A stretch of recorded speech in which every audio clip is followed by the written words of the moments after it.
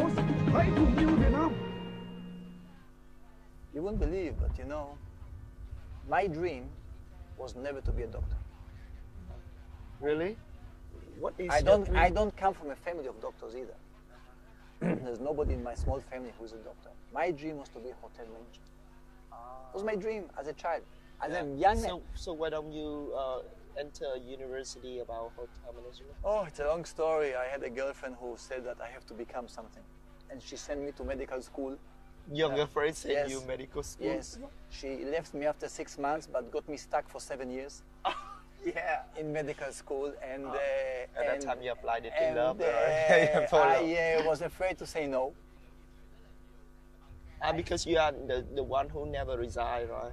And I'm an only child, and my parents always wanted to be that the child will be a doctor, you know, like Vietnamese parents. But I want to tell you that I think that I have more passion to the communication with people, and I think that in hotel is a service industry, just like healthcare. Healthcare is also a service industry in a way.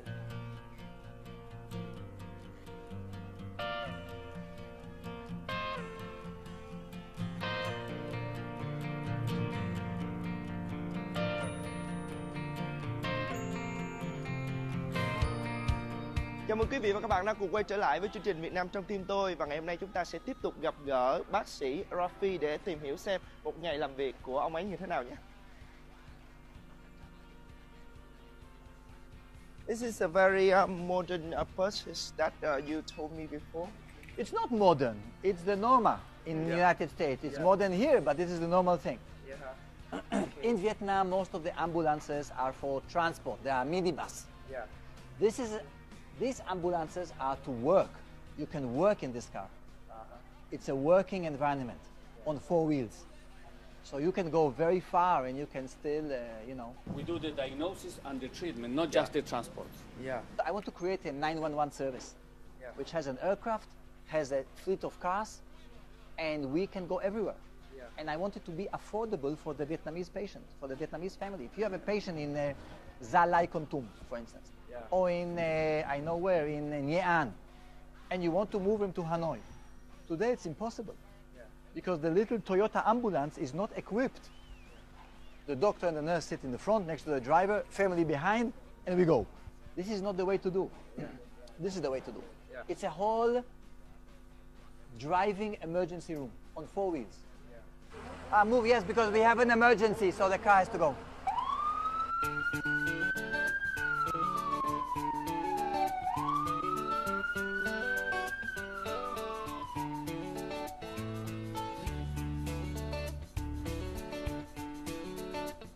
I want a system where you call and there's a response, like in 911. And that's what you see is happening here. Hotels, everybody calls us. By the way, it's a free of charge service. We don't charge. We don't charge for the ambulance. So anywhere you're in town, you can call. In 5 minutes, in 5 minutes the ambulance has to leave. So maybe in 10-15 minutes, they will come back and bring the patient here. Hồi đấy chị là làm về đầu tư, thì chị có làm việc với cả Rafi để giúp Rafi đầu tư một cái dự án bệnh viện. Thì cái dự án đấy thì vẫn đang tiếp diễn, tại vì Rafi rất là ấp ủ một cái ước mơ là sẽ mở một cái bệnh viện với đầy đủ các cái dịch vụ ở Việt Nam. Vì từ trước đến nay thì Rafi mở tất cả các phòng khám, thì cái quy mô nó vẫn chưa đủ để phục vụ các bệnh nhân. Thế nên là em muốn mở một cái bệnh viện. Ông ấy là một người có đam mê rất là mạnh mẽ về lĩnh vực chăm sóc sức khỏe. Nói chung là tất cả các cái năng lượng, thời gian ông dồn vào cho cái công việc chăm sóc sức khỏe rất là nhiều, làm việc rất là say mê, và ông lựa chọn các bác sĩ và y tá rất là cẩn thận. Cho nên khi mà bệnh nhân mà bị ốm hay là cần giúp đỡ thì nếu mà đã biết Rafi rồi thì cái người đầu tiên mà sẽ nghĩ đến thì sẽ là Rafi. Bởi vì những lời khuyên về mặt y tế ông đưa ra thường là rất là đúng và làm cho bệnh nhân có một cái cảm giác rất là yên tâm.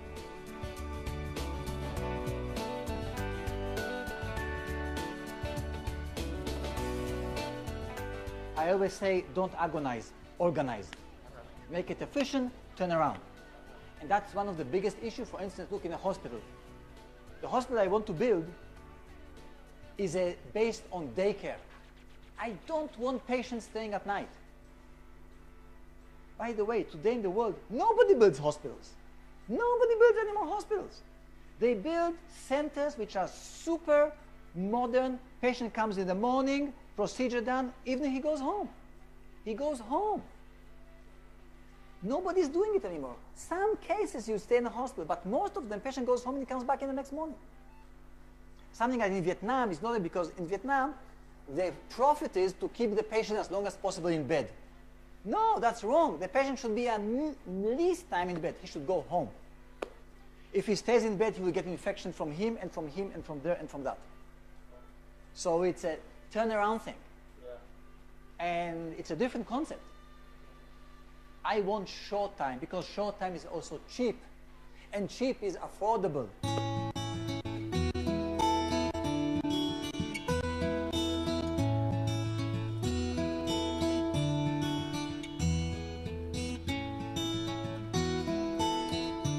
After taking a tour to your clinic, I just have a question that in your clinic, maybe we will cure all of the disease. But how about in case that we have a serious or dangerous disease? Give me an example. For example, people they have some of thing that they need to go to the hospital. Example. I don't know how to use the word in can we use Vietnamese. Ví dụ như là chúng ta có chấn thương sọ não, right? Hay là chúng ta có những cái bệnh u não, cancer, something like that. Yeah. Perfect. I will tell you something, okay? Hospitals are failure of the primary care system. If you would have a good doctor and a good relationship with your neighborhood clinic, you would come with cancer or in a very, very early stage because he will prevent it down the road. I can't do everything.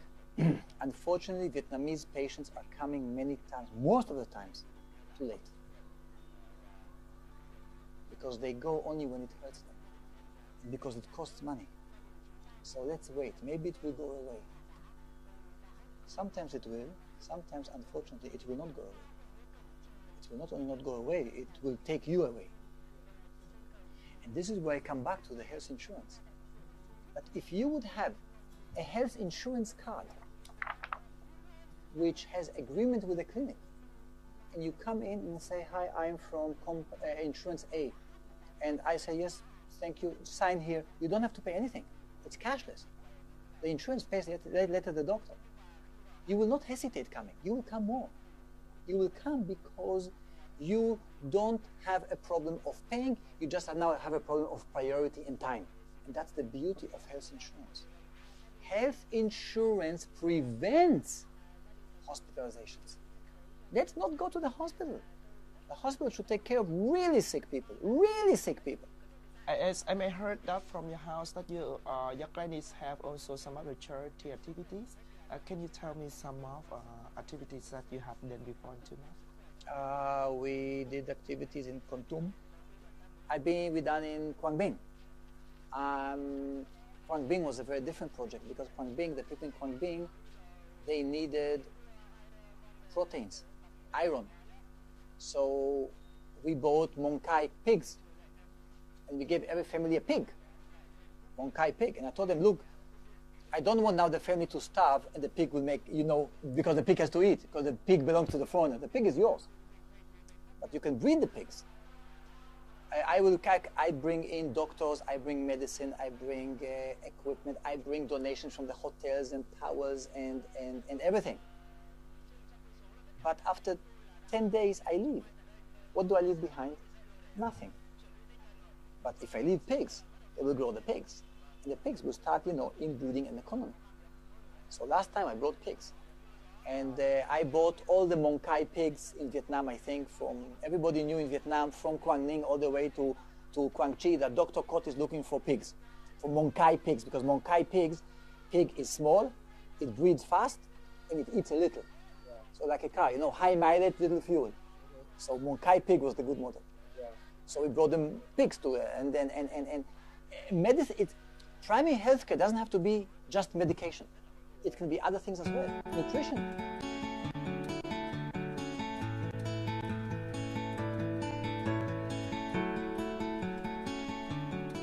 What do you think you and your clinic contribute to the system? We contributed competition. We contributed a clinic with a good name, with a homogenic and 24/7 good service. We will contribute a hospital, and we contribute in innovations.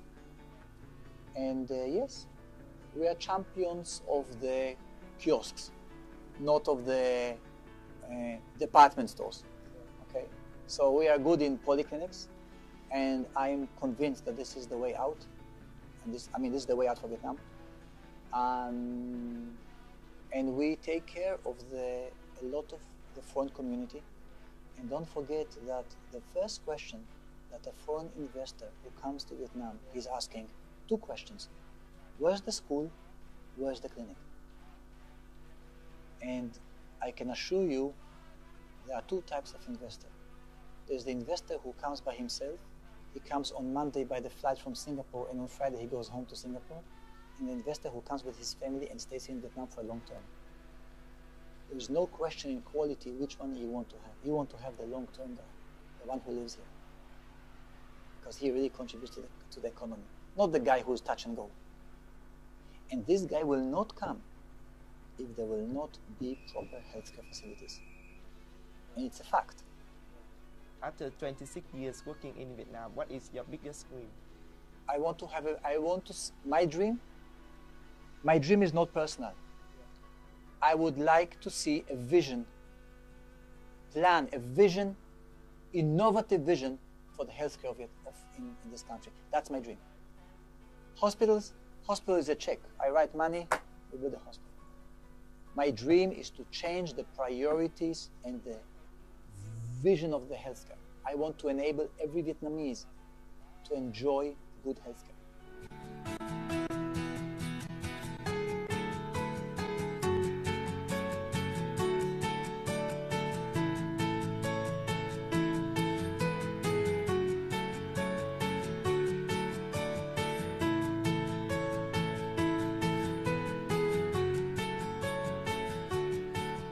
Thank you very much for sharing with us so many useful informations and even your biggest dream until now. Yeah. Before we finish the program, do you want to say anything to the viewers together with me? Yes, sure. Okay. 1, 2, 3. Hãy cùng tôi yêu Việt Nam. Thank you, and we have a small souvenir for you. Thank you very much. Okay, this is your small souvenir. Wow. Yeah, you can hand it in your office. Thank you very much. Yeah. That's very nice. Thank you very much, and hope you always take care and have more and more contribution. Thank you to very Vietnam. much. Thank you. Thưa quý vị, chúng ta vừa đến với những lời chia sẻ rất là chân tình và cũng đầy tình cảm mà ông Rafi đã dành cho Việt Nam. Cảm ơn quý vị đã theo dõi chương trình Việt Nam trong tim tôi số lần này. Ở những lần sau chúng ta sẽ gặp gỡ thêm nhiều nhân vật khác thú vị hơn nữa. Còn bây giờ, xin chào và hẹn gặp lại.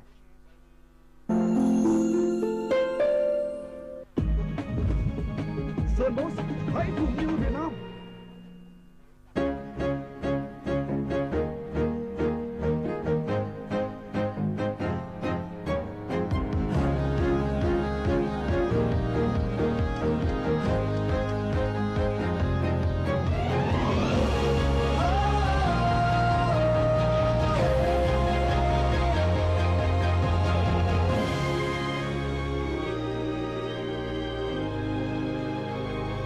Sơn Boss, sống và đam mê.